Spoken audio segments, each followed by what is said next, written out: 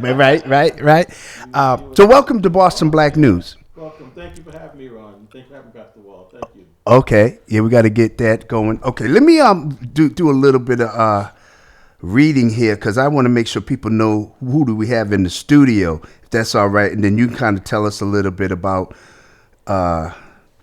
Okay, here we go. Solomon Clarke is an R&B. Now I know you as David, right? And so we're gonna have to clear that up. Yeah. Solomon Clarke is an R&B singer, songwriter, music producer, actor, stuntman, and former executive, dignitary, and celebrity bodyguard. He's from Roxbury, and his roots hits hip hop and R&B music. Currently, he has been performing live bands in various venues in New England and building his show to perform in other markets. He has appeared in commercials, movies, TV shows, including Righteous Kill. Okay, we lost that.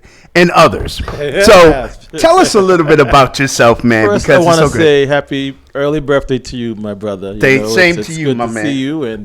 And secondly, I want to thank my team for putting that bio together for me at the last minute. Oh, really? Okay. And setting up. There's a lot of people that have been helping out behind the scenes, which has been awesome to have people, step up and support Solomon Clarke music brand. Right. So as you know, I worked with you at the Tobin, right? Being from Roxbury and Mission Hill, but even back then was doing the music and working with kids was a passion of mine. So it was an awesome opportunity to be part of that peer leader program. Right, that's what I was going to say, the peer leaders. Yes. And see, that's why I figured you would know our next guest coming up, Richard Clayton, who had a peer leader program, I believe at Madison as well. Maybe around the same time. Okay. But definitely. And then to come out of that experience and then get pulled into the private security world. And right. I got pulled in and trained to do bodyguard work for executive and dignitaries and spent the rest of the 90s kind of in that world, doing all kinds of crazy things. And then as a child, one of my dreams was to do stunts. I saw Hooper. Okay. And I saw Evel Knievel doing tricks. I'd do tricks on my bike. I'd be jumping off of things. And when I saw Hooper, I lost my mind. I was like, what? Right. You get paid to do this? So for years, it's been in back of my mind. And one of my friends that I work with at the security company who does due diligence turned around his chair and said, hey, what do you think about doing stunts? It was just like a whim. I was like, what? Mm-hmm. That's my dream. So I went out to Seattle, to USA, and became a stuntman. Okay. And then came back and was working here and in New York in movies and in front of the camera and behind the camera. So a lot of the scenes that you see me in, I was booked as a stunt person. But I showed up on the set and the director said, hey, come here. Put this uniform on, and then I walk into the room in Righteous Kill, and he watched Pacino and De Niro, and I was like, hey, and just starts talking to me So you end up getting an acting part? I'm in the acting part in the movie. Wow, okay. So which was a pivotal scene they were saying to that movie, and I also did a scene with Rob Dyrdek, the skateboard guy, who Robin Big, who another awesome guy to meet and hang out with, and then the next film was I worked on Paul Blart Mall Cop. I was Jamal Mixon's stand-in and stunt double for the movie. Right. And that was like being at summer camp because we were in the mall. Right. So I'd be running through the mall because security knew who I was. I get to, it was like playing. And they said, all right, the next film is coming up is Edge of Darkness with Mel Gibson.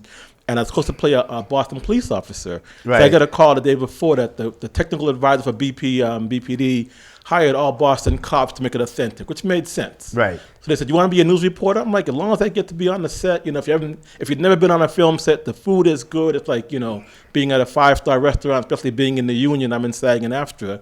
And I showed up and they said, hey, grab the script and jump in the van. I'm like, jump in the van? Right. So I ended up going to the set and then walk out, hey, came with Mel Gibson, and me and Mel ended up doing a scene. That was another pivotal scene to the movie. So all these different scenes I show up in, I'm cast for one thing or I'm booked, as a background, which also pays the bills. And as an actor, and I either get a feature or I get put in a scene with the celebrities, and it's just it's an awesome experience. So it's hot in here.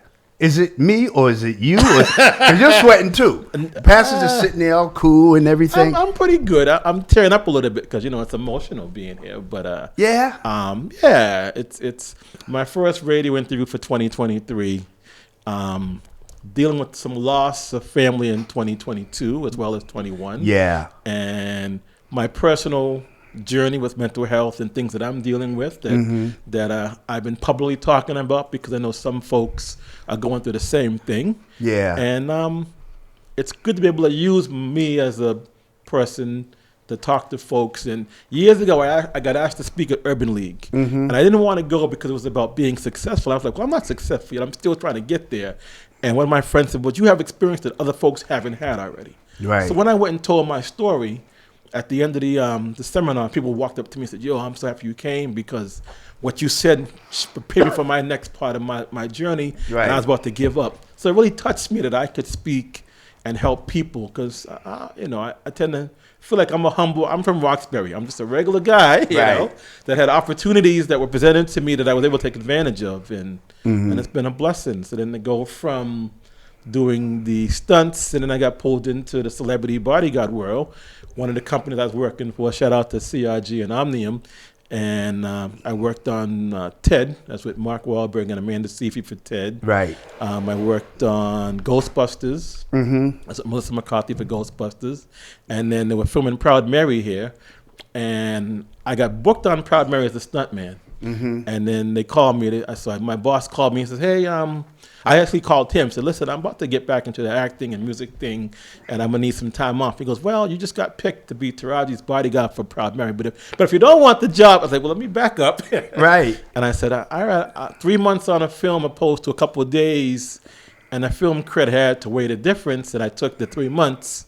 It might have been 2.5 months, and then during the first 2 weeks, she turns to me and says, "Hey, my next film is in Atlanta." And I said, "I'm available." And then my whole world spun around by the grace of God. And I was leaving my apartment that time in May. And I had didn't know where I was going, had nothing on the horizon. And she's like, "My next film is in June." And she hired me and left Boston, moved to Atlanta, moved to Chicago, and LA. Right. And, you see the pictures that I post on my Facebook, pictures that people have sent me from me being at the award shows and me being spotted up with her by paparazzi and all the talk shows. And it's been a blessed journey to be on that side, kind of behind the scenes and meet all these celebrities and these amazing people. It's like walking into your TV set. Right. My sister's an actress in California, so I kind of got an Nice, idea. yeah. Because she used to say she would be an extra. Yeah. And I didn't know what that meant. Right. I really didn't. Because, a Okay. lot of folks don't. A lot of people don't understand about the process. Yeah. So what made you go into being a stuntman? Because I'm looking at you, and I see David, right? Yeah. You're the name we used to call you back in the day. And I'm just trying to figure a stuntman, an artist. When I was young, I used to sing. My dad sang with us, and just always had a passion for singing.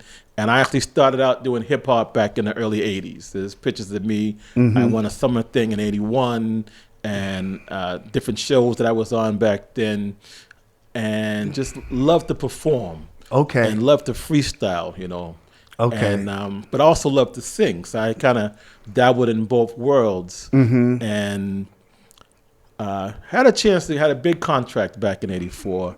But when you're with a group of people and certain people have their ideas of where they want the group to go, it's like a marriage, almost like so half the group went one way, the other half went the other way, ended up breaking up, and I've had that happen twice in my life. But it's music is passion, music is energy, and it's a lot when you're jiving and it's working. It's really good. I mean, you look at all the bands that break up and what they go through, and they take years before they get back together because things happen, and it's an emotional thing. And one of the bands, we were going in a direction. We bought the sign. I was out in LA, and one of the guys decided, "I don't want to do this anymore," and just kind of, I was like, "Oh, okay," Right. And the people said, "Well, just replace." And I'm like, "No, it wasn't. It's not that easy." Right. So the musical journey, which is, it's a long story, but that's the short of it, that I'm working on my memoirs of the music side, of the stunt side, of the private security side, and telling my story. But like I said, childhood dream to do stunts turned into being a stuntman, and I think it was, my dad had this mentality of the go-getter. Yeah. To come from Trinidad to Canada to the U.S. and didn't take no for an answer. So I think I have that in me, Yeah, you have to. Yeah. Yeah. Okay, I want to circle back to what you had mentioned, because this is very important, and I wanted to do a broadcast around mental health. Yes. Because that's so important. Yes. When Twitch, when he, who I met on Ghostbusters, and he was an amazing guy, and we talked a lot. So it was heartfelt to see him, go through what he went through, and to realize that people are suffering in silence. And I know a lot of people who have, and I've talked about that on my social media, don't suffer in silence, because we all go through mental health issues. Everybody has something that you're dealing with, different traumas, and we deal with them different ways. But also trying to find someone you trust that you can actually open your heart to, because that's hard. Yeah. Because who you trust and what you tell could come back and hurt you. Right. And particularly black men. Yes. You know, we're taught to be, you know, strong, macho, and all this, and many of us don't even want to cry in front of people. You know what I mean? Really, that's, I cry all the time. When you're acting, I guess when you're in acting and you don't get the parts, you got to learn how to accept rejection. You know, and a lot of people don't deal with it. Right. And we have a problem. And even if it's not you personally, somebody who may have been related to you, you've seen some type of trauma that affects you. And we carry this a lot. Right. And that's good. You're really speaking on that topic, using your platform. That's so important, man. Yes. Looking at doing more of that. Yep. What are you going to say? No, I was going to say, what has been the most exciting, whether being an actor, an entertainer, or stuntman, what has been the most exciting? Everybody asks me that question. They all have different excitements. Okay. When I jumped on stage last year for my birthday, our birthday, and celebrated and performed at the Cantab, I started out singing there last year. It was my return to music as Solomon Clarke, as the brand, Solomon Clarke Music. Okay. And it was an awesome feeling. And then getting asked to sing other places after that performance, Soundcheck Studios, Darrow's in Roxbury. I sang at Slade's a way back. But just that part of my life and be able to share that experience. I was traveling, doing a security thing. My brother sent me an email, and he had said, when are you going to share your gift with the world? I miss hearing my brother sing, and you're holding on to this passion that you have. And it really touched me, because I was already on that same mind frame. Right. So he had sort of co-signed what I was already feeling that I wanted to do. So that was, you know, so that's the singing side. Stunts is fun because being on a film set is just being behind the scenes and watching the magic happen. And I was in a film called Oil Storm, where I had to jump out of an oil truck. It was during the big oil crisis that happened. I think it was in 2005, and they did this kind of mock drama. They used the RNC and DNC riots, and I was the South Boston oil truck driver, and me and my partner, can't remember his name, Carol, I think his name was. He actually opens the door and touches me, and I got to dive like Jimmy Snooker onto a pad about the size of about this big, and so boom. You still at your age, you still doing that? This was in 2005. Okay, but I could get down. Yeah. Really? I could get down, and I dove and. Man, I look at the escalator. I'm like, yo, you know, I'll go up an escalator, and I look down. I'm like, Oh no. I don't know if that's because I'm getting older. Or what? I think, you get more cautious. You get cautious because you want to make it to heaven. Not even to heaven, no, but falling down is not the same now. That's true. So, what's your next gig?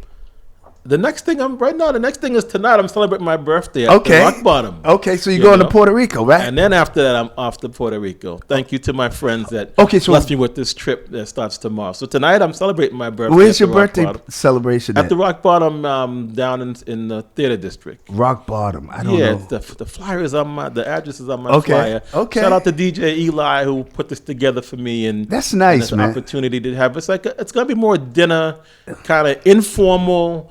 He's DJing from 9 to 1. If I make it till midnight, I'm gonna do a toast. I'm not buying anybody champagne. Okay, because you have a long line, huh? Yeah. And then, you know, when I did I'm the double nickel this year, as I'm calling it. So I don't know how old you are. The double nickel. This is my double nickel year. Okay. What are 2 nickels? Okay, I'm trying to figure that one out. Y'all know what double nickel is. Okay. Okay. Yeah, how old are you?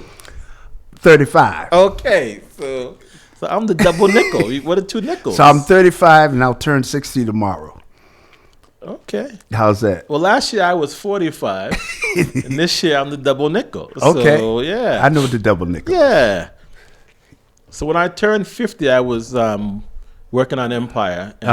And Taraji gave me the weekend off to celebrate my birthday. And shout out to my brother Eddie Q, who threw a big party for me. So I flew in on Saturday, big birthday party, partied all night, and jumped on the plane and flew out to Chicago the next day. How is that life? I mean, it's incredible. It's definitely not for everybody. Yeah. Jet setting, and shout out to all my bodyguard friends out there and the guys that are in the struggle. Right. And know that, it's team no sleep.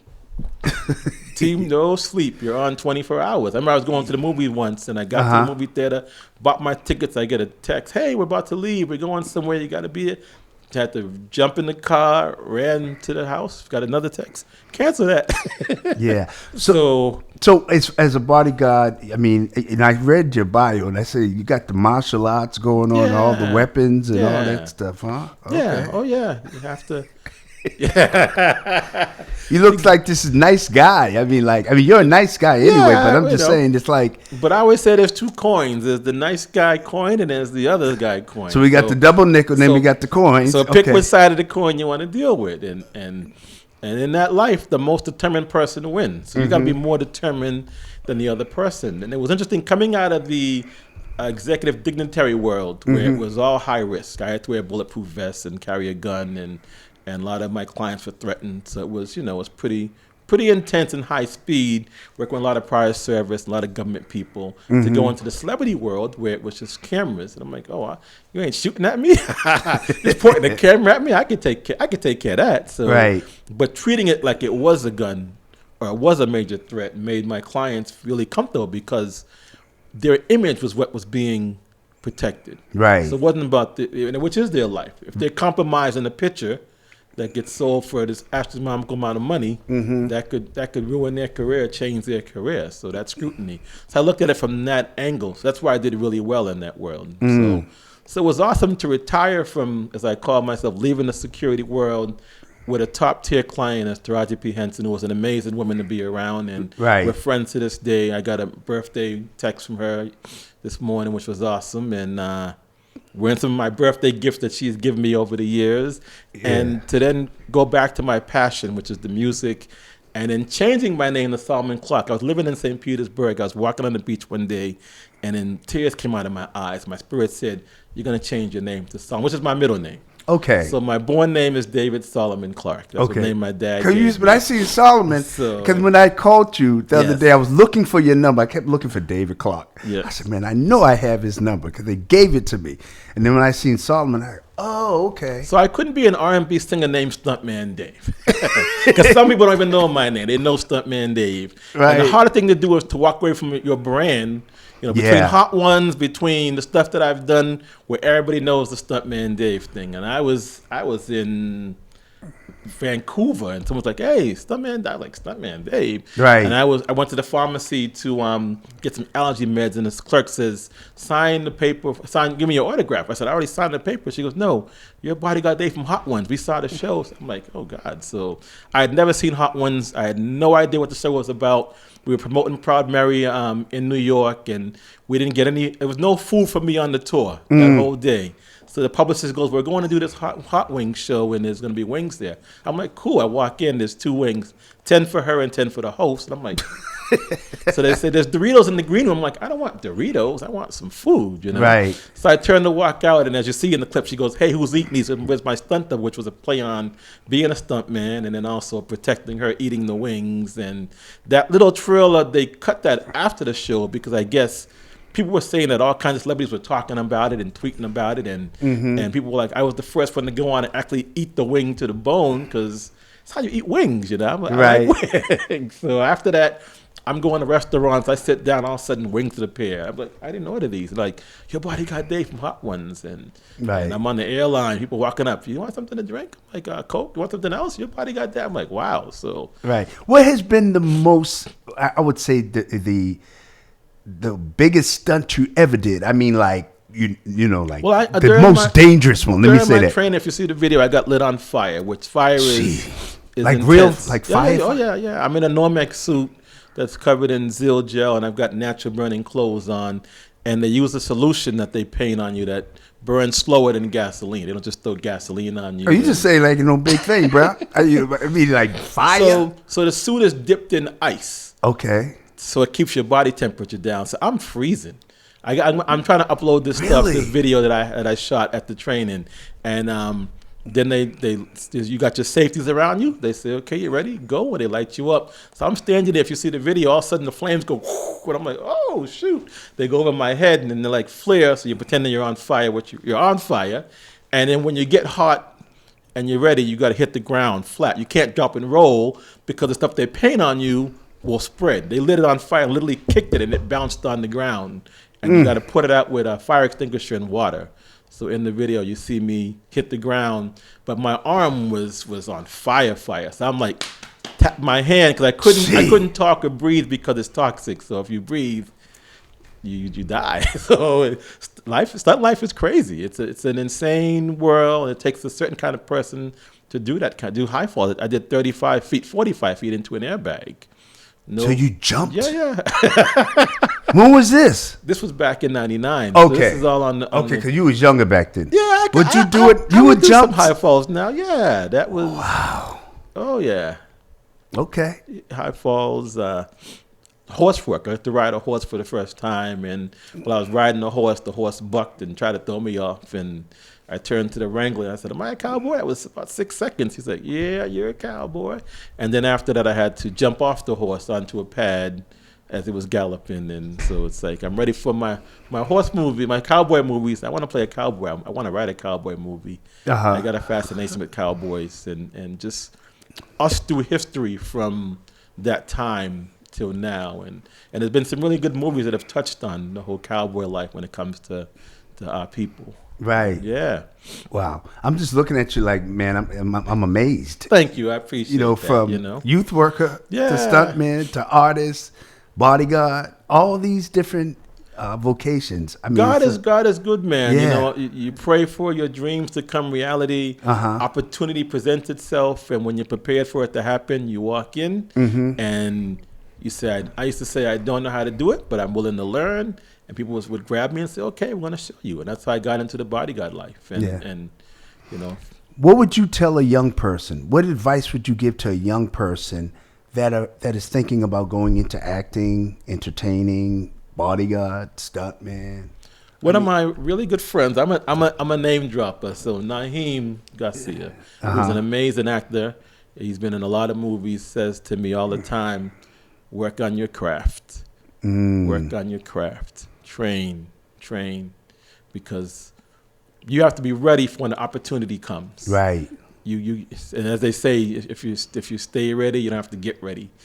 So when you're ready, opportunity comes, and when it's meant for you. Because I've gone on auditions. I went to an audition for a Just for Men commercial, and everybody in there was redheaded. And I'm looking around, and I was shaved at the time. I had a full bald head, and I'm like, why did they send me for this commercial? But it was an opportunity to go on an audition and read. So I went in, I read the script, I did my part, and I left. And then I got called for something else. They said, we know you didn't work for that. We want to see you read for something else.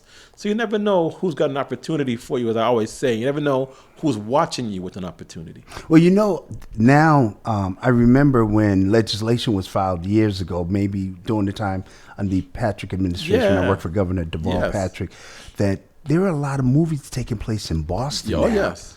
So at one point, Boston was Hollywood. Yeah. They used to call it Hollywood East, and Mystic River, Edge of Darkness, Paul Blart Mall Cop. And there's a bunch of ones that I didn't work on that that I didn't get called for. Detroit was filmed in Boston. Right. I think I'm the only African American person, black person that didn't work on Detroit. I was in Florida at the time, but I was like, everybody's in this movie, which was an awesome experience for Boston. Right. And a great movie about, And actually, they did some scenes of the Black Panther in MIT. Black Panther was done here. Yeah, I seen that. I was walking by there. What's the other big one? Equalizers, 1 and 2. I got to meet Denzel Washington while, working with Taraji and a lot of celebrities. It was awesome. Going to the award shows was a whole other world, being at the Emmys and the Golden Globes and the BETs and... Well, man, I'm going to tell you, this is the beginning of my birthday weekend celebration. Yeah. David's having an event tonight. Solomon. Yep, Solomon. I got to remember that. And I just want to make sure that everyone follow your dreams. Yeah. You know, work on your craft. Yeah. Right? As Solomon mentioned. Pursue your passions. And I saw someone say this on a radio show, and it really stayed with me. You need two people in your life. You need a mentor and you need a mentee. So someone that's helping you and someone that you're helping.